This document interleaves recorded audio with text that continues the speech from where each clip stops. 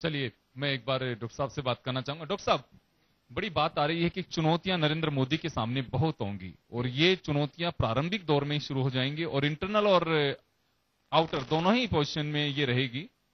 तो क्या माना जाए इसे, ये ऐसी चुनौतियां क्यों बनेंगी उनके सामने?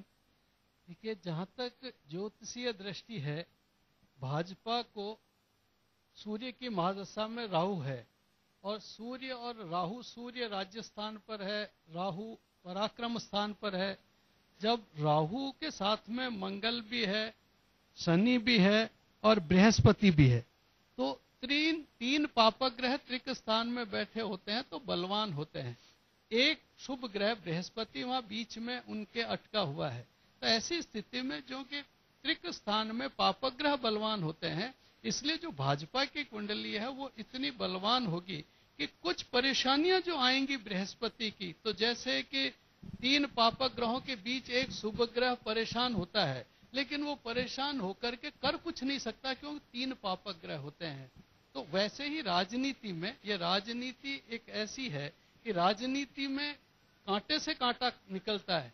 तो ऐसी स्थिति में पापक ग्रह जब त्रिक स्थान में बैठे होते हैं तो वो इतने बलवान होते हैं कि शुभ ग्रह वहां पर निरीह सा महसूस होता है। इसलिए नरेंद्र भाई मोदी जी को परेशानियां पैदा करने की आंतरिक दृष्टि से कोशिश करेंगे, लेकिन वो विफल होंगी, वो उभर करके सामने ही नहीं आ पाएंगे। लेकिन स्थायी सरकार, पूर्ण स्थायी सरकार की उसमें कहीं कोई संशय ही नहीं है। ऐसी स्थायी सरकार कि अब तक जितनी सरकारें बनी उन सरकारों में एक नया इतिहास बनाएंगे। इसलिए स्थायित्व में तो कहीं कोई किसी तरह का संशय ज्योतिषीय दृष्टि से नहीं होना चाहिए, मेरे ज्ञान की दृष्टि से। जी सर, जी बिल्कुल, आपका ज्ञान बिल्कुल इसी वजह से एक बड़ा आपका नाम है। रेखा जयसिंह जी हमारे साथ हैं और टैरो कार्ड भी एक भविष्य जानने की एक विधा है। मैं आपसे जानना चाहूंगा कि भारत का राजनीतिक भविष्य 16 तारीख से जो परिणाम आएंगे, ये भी एक प्री एग्जिट पोल की तरह यहाँ ज्योतिष पोल है हमारा ये। इसमें हम आपसे जानना चाहेंगे कि टैरो कार्ड क्या कहता है भारत के भविष्य को लेकर के।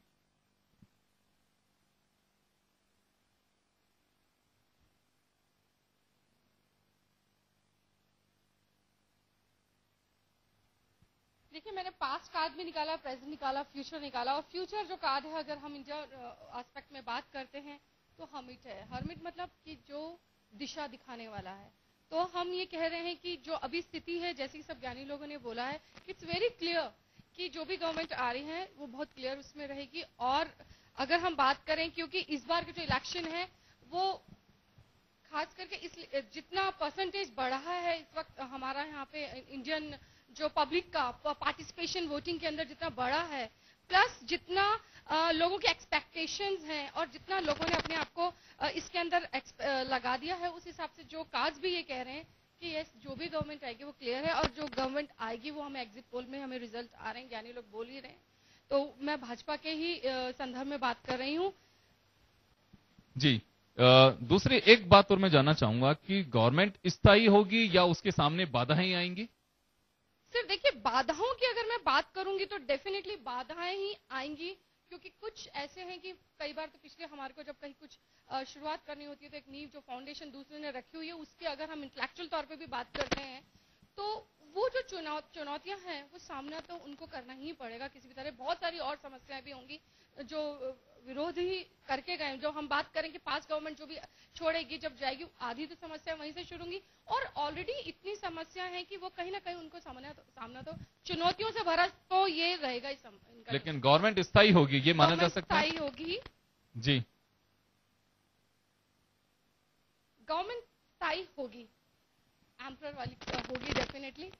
चलिए, आपके टैरो कार्ड भी बात मान रहे हैं और ये तो पूरा एग्जिट पोल की तरह, पूरी तरह से ज्योतिष पोल भी यही कह रहा है कि नरेंद्र मोदी ही प्रधानमंत्री बनेंगे। भाजपा को या एनडीए को मान सकते हैं कि बहुमत मिल रहा है और सरकार बनाने की ओर अग्रसर हैं। मैं वापस से निवेदिता जी आपके पास में आना चाहूंगा। आपसे मैं जानूंगा कि स्थायी सरकार को लेकर के एक बड़ा विषय है और नरेंद्र मोदी क्या अपने जो एनडीए के घटक दल हैं या फिर उनके जो इस वक्त जो साथ मिलकर के चुनाव लड़ रहे हैं, उन्हीं के सहारे पे, उन्हीं के बलबूते पे सरकार बना पाएंगे या फिर नए दोस्तों की जरूरत पड़ेगी उन्हें? देखिए साहब, अभी तक तो नरेंद्र मोदी अपनी पार्टी के सहारे और उनके साथ जो अभी तक है उनके भरोसे बना पाएंगे, इसमें कोई परेशानी नहीं है जी। जहां तक हम बार बार बात कर रहे हैं स्थायी सरकार के बारे में, तो लगातार इस तरह की चीजें उभर के और प्रत्यक्ष रूप से दिखने के संकेत हैं कि बार बार इस तरह की परेशानियां और कठिनाइयां का दौर नरेंद्र मोदी जी के लिए फिलहाल एक अच्छे खासे समय तक जारी रहेगा। जी, तो कठिनाइयां तो हैं उनके सामने, चुनौतियां बहुत होंगी। ये तो 2002 में जब वो बने थे तब भी आई थी उनके सामने परेशानियां, क्योंकि गोधरा के दंगे और बहुत सारी चीजें। तो इसी तरह की परेशानियां, जैसे अभी शास्त्री साहब ने कहा कि तीन जो मैं कहूंगा कि नीच उस ग्रह मिलते हैं और एक इसमें एक अच्छा ग्रह होता है, तो वो विचलित होता रहता है। तीनों की जो आबो हवा है उससे इसी तरह की स्थितियां रहेंगी। स्वाभाविक है साहब कि अगर एक सौम्य तत्व लिए हुए हैं और आसपास अगर तीन इस तरह के क्रूर तत्व लिए हुए हैं, तो कहीं ना कहीं जो सौम्य लिए हुए है उसे कठिनाइयों का सामना करना ही पड़ता है। और ये उनके उस सौम्य तत्व लिए हुए के आभा मंडल पर निर्भर करता है।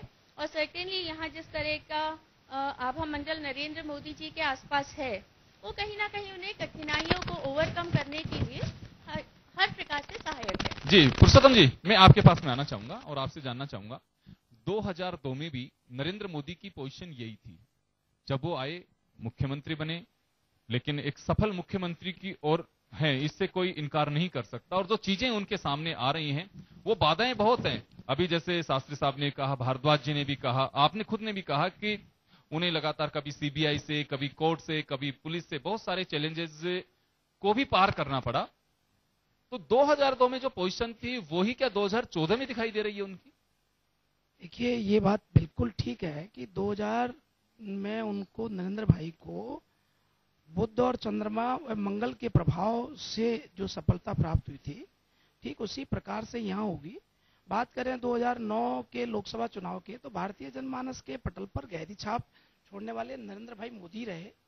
और देखिए, नरेंद्र भाई मोदी का जो हम यहाँ ग्रहों की बात करते हैं, तो इनकी कुंडली में चंद्रमा वृश्चिक राशि में स्थित है, क्योंकि चंद्रमा नीच राशि का और चंद्रमा 10वें घर का स्वामी होकर के कुंडली में दूसरे घर में स्थित है। चंद्र की दृष्टि 8वें पर है और राहु की पूर्ण दृष्टि चंद्रमा पर है और चंद्रमा की महादशा है। ऐसी स्थिति में हमारे पास जो जन्मपत्री मिल रही है, 17 सितंबर 1950 का नरेंद्र भाई मोदी का कुंडली है, जो तृतीय भाव में चंद्रमा मंगल की युति के फलस्वरूप महालक्ष्मी योग भी बना रहा है। और महालक्ष्मी योग के साथ साथ जो धनेश मंगल कुंडली में स्वग्रही है, जो इनको दबंग और निडर और साहसी क्रांतिकारी बनाता है, ठीक इसी प्रकार से इनका आज हम बात करें तो निश्चित रूप से इनकी चंद्रमा की महादशा और चंद्रमा कुंडली में नीच का है, इसलिए नीच भंग राजयोग बन रहा है जी। और नीच भंग राजयोग इनको प्रधानमंत्री पद पर सुशोभित करता है। ये हमारे शास्त्रोक्त और हमारे ज्योतिष नीति के आधार पर हम फलादेश करते हैं। जी, मैं शास्त्री साहब आपके पास आना चाहूंगा। कर्म, एक बहुत बड़ी बात कही गई है कि कर्म प्रधान इंसान का जो जीवन होता है कर्म प्रधान है। अभी देश में इतनी जो सभाएं की हैं नरेंद्र मोदी ने की हैं, कर्म के साथ ग्रह जुड़े होते हैं या वो ग्रह होते वो कर्म करने के लिए प्रेरित करते हैं, ऐसा कुछ है इसमें?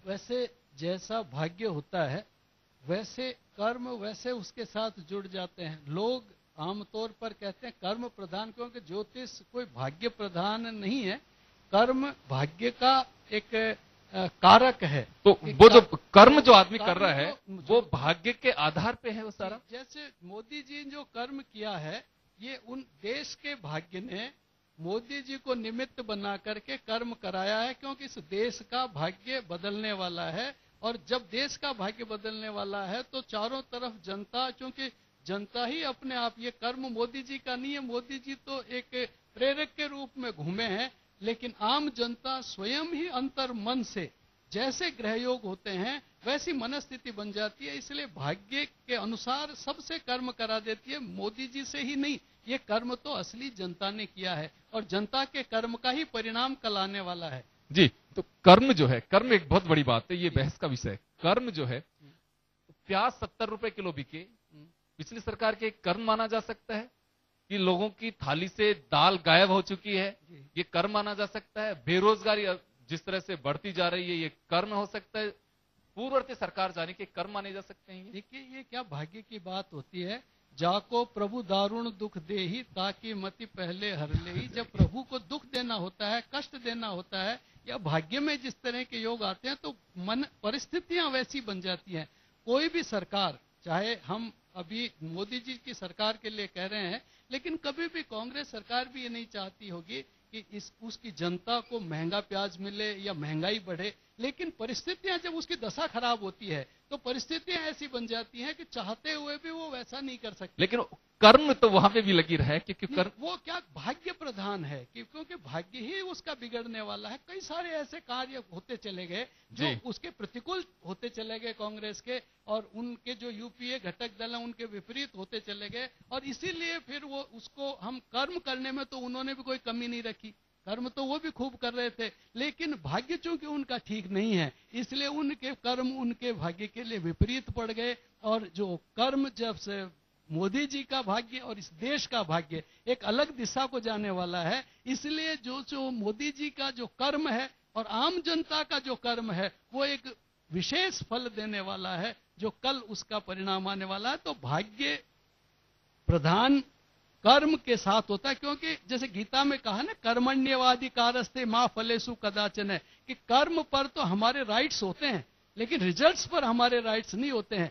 रिजल्ट्स जैसे देना वो ऊपर वाले इन ग्रहयोगों के हाथ में होते हैं। इसलिए जो कर्म कर दिया, जैसे जनता ने, जोशी जी ने कर्म किया, नरेंद्र भाई जी ने कर्म किया, राहुल जी ने कर्म किया, और उसके परिणाम कल जनता देगी, क्योंकि भाग्य के अनुसार कल परिणाम आने वाले हैं। और भाग्य अभी बीजेपी का, नरेंद्र भाई मोदी का और इस देश का एक अलग दिशा को जाने वाला है, इसलिए उसी तरह के परिणाम कल चमत्कार पूर्ण आने वाले हैं। मुकेश जी से जानना चाहूंगा, ब्रेक से पहले हमने इनको बोला था कि कर्म और भाग्य राजनीतिक स्थिति में भी अगर हम चर्चा करें तो किस तरह से, कैसे इसमें लागू हो सकता है। और कई बार कही जाती है कि कई चीजें होती हैं राजनीतिक और गवर्नेंस में लागू नहीं होती है, तो भाग्य और कर्म क्या इसमें भी लागू होता है?